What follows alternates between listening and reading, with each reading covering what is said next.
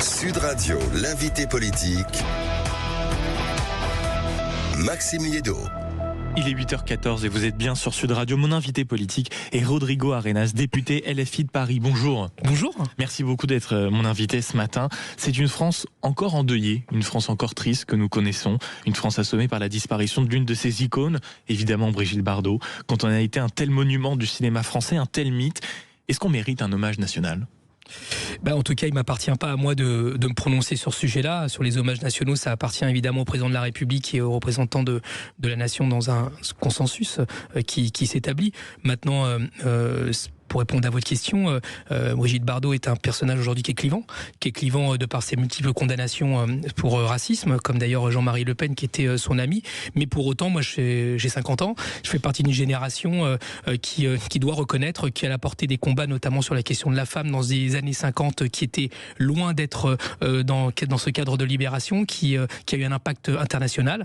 Et je fais partie de ces enfants qui ont pris conscience de la condition animale, notamment de la souffrance animale, à travers ces combats sur ces sujets-là. Donc cela, je ne l'oublie pas, mais pour autant, le militant politique que je suis et aussi le combattant antiraciste que je pense incarner fait que ce contraste en demi-teinte fait que les personnes ne sont pas ni blanches ni noires, que c'est une vie contrastée et qu'il appartiendra du coup aux grandes instances de décider si elles méritent ou pas un hommage national comme d'autres personnages l'ont eu avant elles. Mais vous comprenez encore aujourd'hui en réalité ce qu'elle peut provoquer comme réaction quand on voit par exemple votre confrère Aymeric Caron qui a juste dit que malgré certaines positions, il rendait hommage à cette actrice.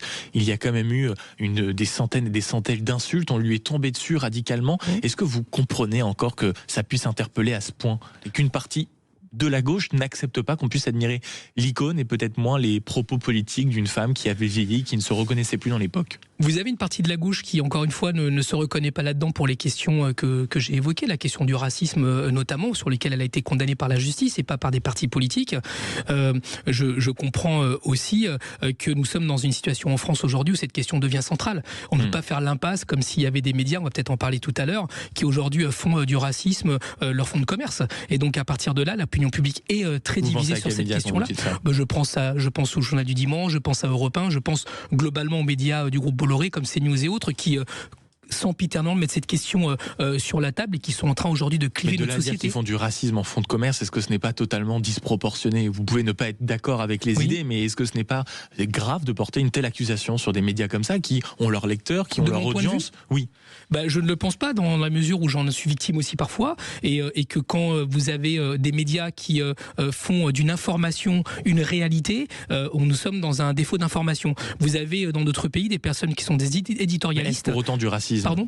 Oui, il y a des propos qui pour moi sont clairement racistes et qui sont considérés comme tels quand on pense par exemple qu'une partie de la population, notamment la population musulmane ou africaine d'une façon générale, qui est liée évidemment à l'inconscient de notre pays avec sa relation aux colonies qui était d'antan, aujourd'hui revient sur la table de la pire des façons. Nous avons besoin de réconcilier la France et il s'avère qu'il y a des médias, ceux que je viens de citer notamment, qui en font leur fonds de commerce et qui sont en train de cliver la société alors que nous avons besoin de nous rassembler. Donc Brigitte Bardot, peut-être que malgré elle incarne cela, mais il faut rappeler tout de même que dans cette situation-là, Brigitte Bardot a été condamnée pour racisme, donc c'est un fait juridique. Mais pour autant, je n'ai pas exclu les choses positives qu'elle m'a apportées, en tout cas personnellement, sur la question de la femme dans un premier temps. Dieu créa la femme n'est pas passé crème à l'époque. Et évidemment, ces combats sur la défense des animaux qui aujourd'hui sont d'une ardente actualité, puisque la souffrance animale existe encore. Et je comprends la réaction d'Aymeric Caron qui prend cette cause très à cœur. Et moi, je pense que pour autant, il faut avoir aussi le respect des morts et que le silence s'impose aussi de temps en temps quand on n'est pas d'accord avec quelqu'un. Rodrigo Arenas, je rappelle que vous êtes député LFI de Paris avant de venir au cœur de vos nombreux sujets et notamment de votre nomination au Conseil supérieur des programmes avec les mains dans le cambouis de l'éducation nationale. On en parlera. Un détour quand même par votre parti qui semble agité en cette période de fête. Essayons de prendre tout ça dans l'ordre sans en faire le cœur forcément de l'interview. L'un de vos collègues député, Adrien Clouet, s'est targué fièrement d'utiliser un livre en combustible de cheminée, un livre qui ne faisait que révéler les liens entre votre parti et certains réseaux islamistes. Qu'est-ce qui se passe à la France Insoumise? On est quoi, tout d'un coup, nostalgique des autodafés? Non, je ne le crois pas, mais je pense que sa communication est une erreur. de mon point de vue. Je ne sais pas ce que dira le mouvement et je ne sais pas ce que dira Adrien lui-même, mais effectivement, il y a des symboles qui sont très importants en Europe, qui sont très importants par le monde, et je pense que c'est une erreur de communication profonde que de mettre un livre en symbole d'être brûlé. Vous n'avez pas les autodafés, etc., mais que je pense que vos auditeurs ne se trompent pas. Nous sommes pour la France insoumise et pour le militant que je suis, antiraciste et contre l'antisémitisme, évidemment, des ardents défenseurs de la liberté d'expression. Et à ce titre-là, il ne convient pas de mettre un livre en situation d'être brûlé. Il y a aussi, et vous venez d'en parler, la question du racisme et de l'antisémitisme qui semble être toujours une frontière sur laquelle vous essayez de jouer les funambules à la France insoumise. Prenons les municipales, c'est un autre sujet pour vous. Il y a eu la volonté donc de conquérir plusieurs grandes villes. Il y a toujours cette volonté pour la France insoumise. Les propos de Sébastien Delogu... Des petites aussi. Des petites, bien sûr. D'ailleurs, nous avons des maires insoumis dans les petites villes, vous savez. Évidemment, dans toutes les villes. Saint-Denis et Pierrefitte, je cite, sont des terres où beaucoup de racisés sont passés. Vous avez une opportunité en or qu'un racisé dirige ces deux villes. Il faut faire en sorte que le réel peuple de France reprenne le pouvoir ici. C'est quoi le sous-texte ? Moi, je connais bien Saint-Denis, je connais bien Pierrefitte pour connaître bien la Seine-Saint-Denis. Il y a une réalité objective qui est dans ce territoire, c'est que la représentation, on va dire, des troisième générations d'enfants qui sont issus des populations issues d'immigration, puisque vous savez, l'immigration en Seine-Saint-Denis, par exemple, était liée à l'existence de PSA, Peugeot, qui a été cherché, dans le Maghreb notamment, et en Afrique subsaharienne, des travailleurs. Les enfants sont français, ils sont nés là, maintenant, je vous dis, de plusieurs générations, mais qui sont sous-représentés dans la classe politique dans ce département. Donc, je pense qu'il ne faut pas donner plus d'importance que ça à cette représentation, de dire que les enfants de Seine-Saint-Denis ont le droit aussi d'accéder à la politique. Moi-même, d'ailleurs, je suis issu entre guillemets... Là, c'est pas ce qu'il dit, il faut faire en sorte que le réel peuple de France reprenne le pouvoir, et il se base uniquement sur la couleur de peau. Si ce n'est pas du racisme, à la limite, c'est du racialisme. La couleur de peau, c'est des mots qui vous appartiennent. Je pense pas qu'on parle de couleur de peau. Qu'un racisé, c'est quoi ? Un racisé, c'est quelqu'un qui a des stigmates qui sont... de l'immigration. Moi, par exemple, est-ce que pour vous, je suis racisé ? Je ne le sais pas. En tout cas, j'ai souffert du racisme parce que j'ai l'apparence d'un Portugais. Et j'ai souffert du racisme portugais quand j'étais enfant, puisque j'ai grandi à Champigny-sur-Marne, qui comptait le plus grand bidonville d'Europe, qui était essentiellement et fondamentalement composé de Portugais. Donc le racisme existe dans notre pays, on en parlait à l'instant. Donc, est-ce que justement, quand on connaît ces tensions... Je pense que des personnes comme moi, des personnes comme Nadège Abomongali, qui est vice-présidente de l'Assemblée nationale, qui a la peau noire, que Ali Douara, qui est un député issu de la Seine-Saint-Denis, qui a la peau noire aussi, ont le droit de faire de la politique. Et je pense que nous avons la responsabilité de dire que cet espace-là leur est aussi ouvert. Et nous pensons à la France insoumise que nous sommes un véhicule pour permettre à toute cette jeunesse qui se sent souvent, à juste titre, exclue de la vie politique, de la vie sociale, de la vie économique, et qui est pointée du doigt par les médias dont j'ai parlé tout à l'heure, Europe 1, le JDD pour pas les nommer, qu'ils ont aussi cet espace en France, et que la France est généreuse, et qu'ils doivent prendre cette place, et que nous allons les aider pour le faire. Que tout le monde puisse faire de la politique, c'est la norme, et c'est totalement normal. Mais est-ce que ce n'est pas en réalité un mauvais biais que de considérer que la couleur de peau, que l'origine de la personne soit absolument déterminante, ou alors n'est-ce pas plutôt sain de dire que vous êtes un parti racialiste qui considère que la couleur de peau ou la race est plus importante que le reste? Je fais partie d'une génération dans laquelle la couleur de peau empêchait d'aller dans une boîte de nuit. Donc je fais aussi partie d'une génération qui considère, parce qu'elle travaille avec la jeunesse, que la couleur de la peau et l'origine des enfants est un obstacle pour avoir un travail, pour avoir un domicile et aussi pour accéder à des fonctions politiques. Donc, de plus en plus dans la France de maintenant, par exemple, tout ça a changé. Oui, je pense que ça change, mais pas encore. Par exemple, la représentation des femmes n'est pas encore une réalité dans notre vue politique, malgré les lois qui existent de parité.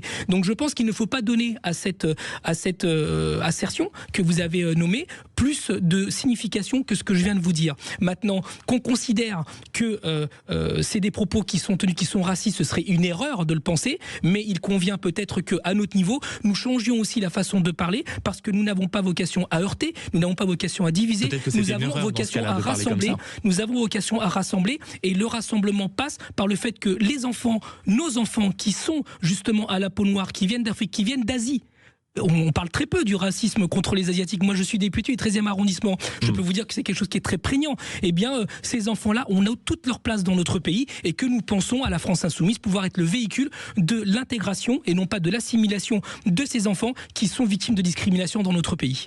Mais simplement, et on en terminera sur ce sujet, peut-être que c'était une erreur tout simplement d'avoir parlé comme ça de racisé, qui poussait dans un meeting filmé? Peut-être que c'était pas le meilleur moyen, comme vous le dites, d'être le véhicule de vos idées que vous considérez comme positives. Alors ça vous heurte peut-être vous à titre personnel, et c'est tout à votre honneur, ou à d'autres, mais en tout cas, c'est pour ça que je vous le dis, mais en tout cas pour les personnes à qui ça s'adresse, ça a du sens. Racisé a du sens pour un certain nombre de nos concitoyens, ça a du sens aussi pour un certain nombre de chercheurs à l'université, parce que c'est une façon d'interpréter les choses, mais pour autant, en France, il n'y a pas de statistiques ethniques, mais pour autant, ça existe. Donc il faut aussi s'adresser à cette population qui ne concerne pas d'ailleurs que la Seine-Saint-Denis. Je ne vais pas vous apprendre à vous, qui êtes journaliste, que dans notre pays, il y a des actes racistes et antisémites, et à que ce titre-là, il convient de les convaincre par l'intégration et en tendant la main, et que ceux qui sont heurtés, j'essaye à votre micro de les rassurer, ça n'a pas vocation à séparer, ça a vocation à diviser par l'intégration de toutes et tous, mais on ne peut pas faire comme si ces enfants-là n'étaient pas discriminés et comme si ces jeunes-là n'étaient pas intégrés à égalité dans notre pays, parce que ce n'est pas une réalité. Encore un mot de ces municipales avec une candidate que vous avez, vous, la France Insoumise, à Paris, qui s'appelle Sophia Chikirou, qui, elle, refuse par principe, d'une certaine manière, un maire socialiste. Est-ce que ça doit être absolument un principe? Est-ce qu'on ne peut pas imaginer, si la gauche veut absolument reprendre Paris, que au deuxième, potentiellement à un autre tour, on puisse à un moment, vous, la France Insoumise, se rallier avec les socialistes? Est-ce que c'est totalement inenvisageable? En fait, il faut poser la question à Emmanuel Grégoire, puisque c'est lui dont vous parlez. Emmanuel Grégoire a dit clairement qu'il ne voulait pas d'alliance avec la France Insoumise, ni au premier ni au deuxième tour. C'est quelque chose qui lui appartient, et certainement, s'il continue sur cette stratégie-là, où il parie sur le fait que la France ne fera pas 10%, et elle le fera, qu'il pourra se répartir les postes avec ses alliés sans nous. La réalité électorale sera tout autre. Et si à un moment, lui change d'avis, est-ce que ce sera toujours un obstacle pour vous, potentiellement? S'il change d'avis, nous pourrons aviser. Nous avons toujours tendu la main au dialogue, mais il ne vous a pas échappé que dans l'alliole, il y a des socialistes, il y a des communistes, il y a des écologistes, il y a des insoumis, et que rien n'est dit que dans une perspective d'alliance, ce soit un maire qui ne soit pas socialiste, qui soit le maire de Paris. Ça sera une alliance plurielle, si elle existe, mais encore une fois, la balle n'est pas dans notre camp. Nous avons tendu la main à de multiples reprises. Pardon ? Vous n'avez pas d'interdit de principe concernant une alliance avec ceux qui pourraient être plus tard des alliés? Nous avons plutôt des interdits programmatiques. Moi, j'attends de savoir, par exemple, si le Parti socialiste, en l'occurrence Emmanuel Grégoire, est d'accord avec la cantine gratuite. Nous pensons que oui, notamment sur les premières tranches, parce que ça coûte plus cher de faire payer les enfants par rapport au nombre de personnes qui travaillent à faire payer 2 € par mois à des enfants que de le faire gratuit. Donc ça n'a pas d'efficacité économique. Par contre, nous pensons, nous, que les enfants ont le droit de manger, et que pour avoir le droit de manger, comme on a le droit de marcher sur un trottoir, et le trottoir est gratuit pour marcher, eh bien nous pensons que les enfants doivent avoir accès à la cantine. Vous avez raison de le mentionner. Ce sont des sujets programmatiques. Nous pensons que la majorité plurielle qui a conduit Paris dans l'état dans lequel elle est a failli sur un certain nombre de sujets, n'a pas été assez loin sur d'autres, et nous pensons aujourd'hui est utile à cette vision de gauche de Paris pour faire en sorte que la présence des insoumis dans une majorité, si elle existe, ou en tout cas qui existera électoralement, permettra d'avoir une politique vraiment de gauche sur la capitale, parce que c'est comme ça que nous fonctionnons. Il n'échappe à personne qu'à l'Assemblée nationale, nous tenons sur les engagements que nous prenons auprès des électeurs, par exemple sur les politiques d'Emmanuel Macron, et qu'à ce titre-là, nous voulons tenir sur Paris sur les engagements que nous prenons auprès des citoyens, simplement. Rodrigo Arenas, vous êtes député LFI de Paris, et vous venez d'intégrer le Conseil supérieur des programmes. Alors, on a discuté un tout petit peu en dehors des micros. Qu'est-ce que c'est que ça ? Qu'est-ce que c'est cette curiosité d'État? Qu'est-ce que c'est que cette agence? C'est pas une curiosité, c'est une instance démocratique dans laquelle siège l'ensemble de la communauté éducative, des enseignants, des fédérations de parents d'élèves, des experts aussi, qui est sous la direction d'une personne, et dans lequel siègent aussi des parlementaires, des sénateurs et des députés, des sénatrices également. Et il s'avère que dans ce cadre-là, démocratiquement dans notre pays, les groupes politiques à l'Assemblée nationale y envoient des représentants. Il s'avère que pour l'Assemblée nationale, il y a 3 représentants. Une députée des Républicains, une députée du Rassemblement national, qui est l'ancienne directrice des formations de l'Institut Iliade, qui prône le grand remplacement, qui prône toutes ces idées qui sont des idées évidemment qui n'ont aucune base scientifique, qui se reposent sur une vision du monde qui ne se vérifie pas, mais qui est une instance idéologique. Et il y a un député qui est issu des rangs du NFP dans un premier temps, et dans le cadre du NFP de la France Insoumise, qui s'appelle Rodrigo Arenas. Donc j'ai l'honneur de prendre la suite de Paul Vanier qui m'y précédait, puisque Paul Vanier, ayant été très occupé sur l'affaire Betaram, comme vous le savez, a considéré qu'il ne pouvait pas être partout, et il m'a proposé aimablement, dans le cadre de la commission éducation, de pouvoir y participer, ce que j'ai évidemment accepté, puisque les grands champs qui vous attendent, Rodrigo Arenas, on sait à quel point en réalité l'éducation va être un enjeu déterminant pour les prochains mois, pour les prochaines années. Est-ce que par exemple, quand vous voyez que de plus en plus de Français tiennent à mettre leurs enfants dans le privées. Oui. Est-ce que pour vous, c'est quelque chose auquel il faut s'attaquer, par exemple ? Alors oui, mais du coup, c'est pas dans le cadre des communes de conseil des programmes. Ça ne se passe que dans la. Oui, vous avez raison. Une des raisons pour lesquelles les parents mettent les enfants dans le privé, c'est parce que petit à petit, depuis des années, on est en train d'abîmer l'école publique en lui donnant une mauvaise réputation. Est-ce que vous savez, par exemple, qu'à Paris, 90% des enfants à besoins particuliers, des enfants porteurs de handicap, sont accueillis dans le public et 10% seulement dans le privé. Par contre, toutes ces écoles viennent taper au portillon de la ville de Paris, de la région et du conseil de Paris encore, puisqu'il est aussi conseil départemental, pour demander des subventions. On a l'affaire Stanislas que vous connaissez. Donc oui, il y a un sujet là-dessus, c'est-à-dire qu'on demande à l'école publique de faire tout sans lui donner les moyens de faire son travail.